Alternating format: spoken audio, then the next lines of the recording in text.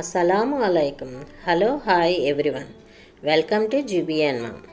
మేము రంజాన్ ఇఫ్తార్కి మొహబ్బత్ షర్బత్ మసీదులో ఉపవాసం ఉన్న వాళ్ళకి ఇవ్వడం కోసం రెడీ చేస్తున్నాం. ఇప్పుడు రుచికరమైన మొహబ్బత్ షర్బత్ చేయడం ఎలానో ఒకసారి చూద్దాం. ఈ షర్బత్ సమ్మర్లో కూడా మనం తయారు చేసుకోవచ్చు. చాలా చల్లగా బాగుంటుంది. మేము 150 గ్లాసులు వచ్చేటట్టుగా రెడీ చేసాం. అది ఎలా చేయాలో ఒకసారి చూద్దాం. ముందుగా మనం సబ్జాలు ఒక 200 గ్రాములు నానబెట్టుకోవాలి నీళ్లు పోసి. తరువాత మనం పాలు మరిగించుకోవాలి. పచ్చి పాలు అయితే అంత బాగోదు, అందుకని పాలు కాచి చల్లార్చుకోవాలి. టెట్రా పాలు అయితే మనం కాగబెట్టుకోకుండా డైరెక్ట్గా పోసేయచ్చు. ఈ ప్యాకెట్ పాలు మనం ఇళ్ళలో వాడే పాలు మటుకు కాగబెట్టుకోవాలి. బయట షాపులు వాళ్ళు తయారు చేసేటప్పుడు డైరెక్ట్గా పాలు పోసేస్తూ ఉంటారు. అవి టెట్రా పాలు కాబట్టి వాళ్ళు కాయకుండా డైరెక్ట్గా పోస్తారు. మనం ఇంట్లో పాల ప్యాకెట్లు వాడుతున్నాం కాబట్టి అవి మనం కాగబెట్టుకోవాలి. ఇప్పుడు పాలు పొంగొచ్చిన తర్వాత మనం పాలు తీసి పక్కన పెట్టుకొని చల్లార్చుకోవాలి. ఇందాక నానబెట్టుకున్న సబ్జాలను ఒకసారి చూసుకోవాలి. నీళ్ళు తక్కువగా ఉంటే నీళ్ళు పోసుకోవాలి, లేకపోతే ముద్దగా గట్టిగా అయిపోయింది. అందుకని దానికి సరిపడా నీళ్ళు పోసుకోవాలి. ఇప్పుడు పంచదార 2.5 కేజీలు సరిపోతుంది దీనికి. ఇందాక మనము పాలు కాగబెట్టుకున్నాం కదా, ఆ పాలు మేము మొత్తం 10 లీటర్లు తీసుకున్నాము. అవన్నీ వేడి చేసుకొని ఒక గిన్నెలో పోసుకొని పాలు వేడిగా ఉన్నప్పుడే పంచదార వేసుకొని మనం కలబెట్టుకోవాలి. చల్లారిన తర్వాత పంచదార కలబెట్టామనుకో పంచదార కరగదు. అందుకని ఇప్పుడే మనం పాలుగా వేడిగా ఉన్నప్పుడు పంచదార 2.5 కేజీలు తీసుకున్నాము. ఆ పంచదార మొత్తం వేసి పాలల్లో కలబెట్టుకుంటున్నాం.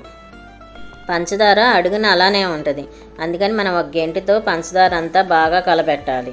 పంచదార బాగా కరిగిన తర్వాత మనం ఫ్రిడ్జ్లో పెట్టుకోవాలి, ఇవి కూలింగ్ కోసం. ఈ షర్బత్ కోసం మేము 4 పెద్ద పుచ్చకాయలు తీసుకున్నాము. పుచ్చకాయలను బాగా సన్నగా తరగాలి.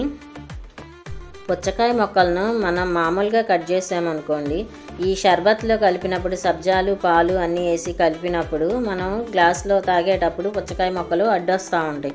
అందుకని మనం బాగా సన్నగా కట్ చేసుకోవాలి. సన్నగా కట్ చేస్తే పాలల్లో కలిసిపోతాయి. అందుకని చాలా సన్నగా మొక్కలు కట్ చేస్తున్నాము. ఈ షర్బత్ చేయడానికి మా అమ్మ, మా అక్క, మా చెల్లి వీళ్ళందరూ మాకు హెల్ప్ చేశారు. పుచ్చకాయ మొక్కలను బాగా చిన్న చిన్న మొక్కలుగా కట్ చేసుకున్న తర్వాత దాంట్లో ఉన్న విత్తనాలన్నీ తీసేయాలి.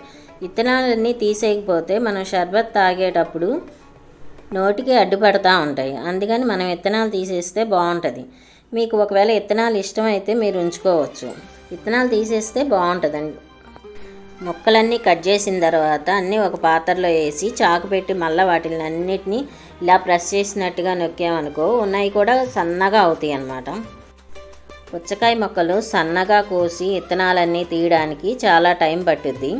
మాకు ఈ పుచ్చకాయ మొక్కలు సన్నగా తరగడానికి 1 గంట టైం పట్టింది. మేము ఇంతమంది ఉన్నాం కాబట్టి మాకు తొందరగానే అయిపోయింది.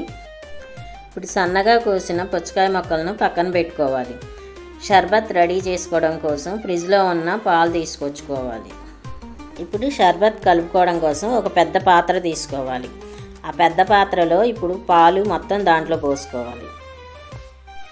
ఇప్పుడు పాలు పోసుకున్న తర్వాత ఇందాక నానబెట్టుకున్న సబ్జాలు ఉన్నాయి కదా, ఆ సబ్జాలు ఒకసారి చూసుకోవాలి. చూసుకొని గంటితో కలబెట్టుకోవాలి. ఏమన్నా గట్టిగా ఉండి నీళ్ళు సరిపోతే నీళ్ళు పోసుకొని కలబెట్టుకోవాలి. మళ్ళీ ముద్దగా అయింది, అందుకని నీళ్ళు పోసుకొని చూసుకోవాలి. ఇప్పుడు ఆ సబ్జాలు ఆ పాలల్లో వేసేయాలి మొత్తం.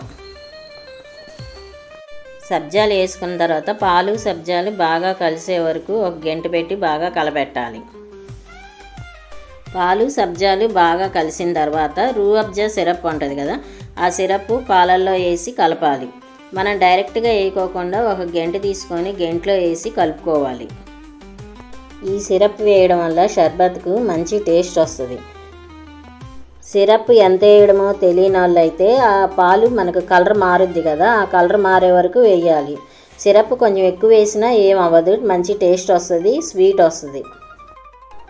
మాకు ఈ సిరప్ 1 బాటిల్ పట్టింది ఈ షర్బత్ కోసం. సిరప్ పాలల్లో మొత్తం బాగా కలిసిన తర్వాత మనం సన్నగా తరిగిన పుచ్చకాయ మొక్కలు ఉన్నాయి కదా, ఆ పుచ్చకాయ మొక్కలన్నీ దీంట్లో కలుపుకోవాలి.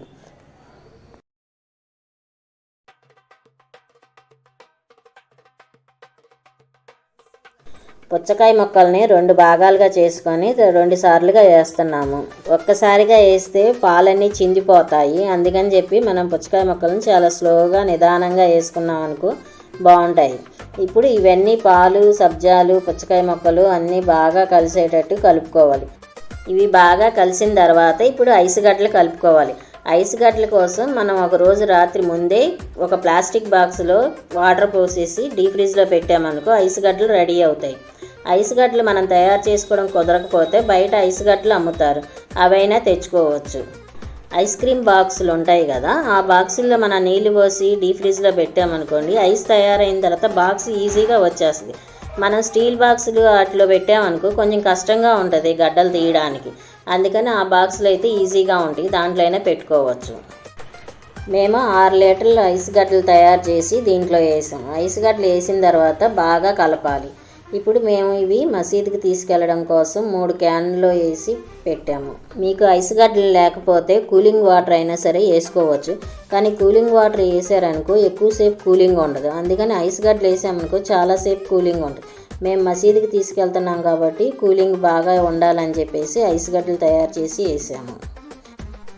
ఈ మహబత్ షర్బత్ సమ్మర్లో ఇఫ్తార్కి చాలా బాగుంటుంది. మేము చేసాము, మాకు చాలా బాగా కుదిరింది, చాలా బాగుంది. మీరు కూడా ఒకసారి ట్రై చేయండి, చాలా బాగా వస్తుంది. మా వీడియో మీకు నచ్చినట్టయితే మా ఛానల్ లైక్ చేయండి, షేర్ చేయండి, సబ్స్క్రైబ్ చేసుకోండి.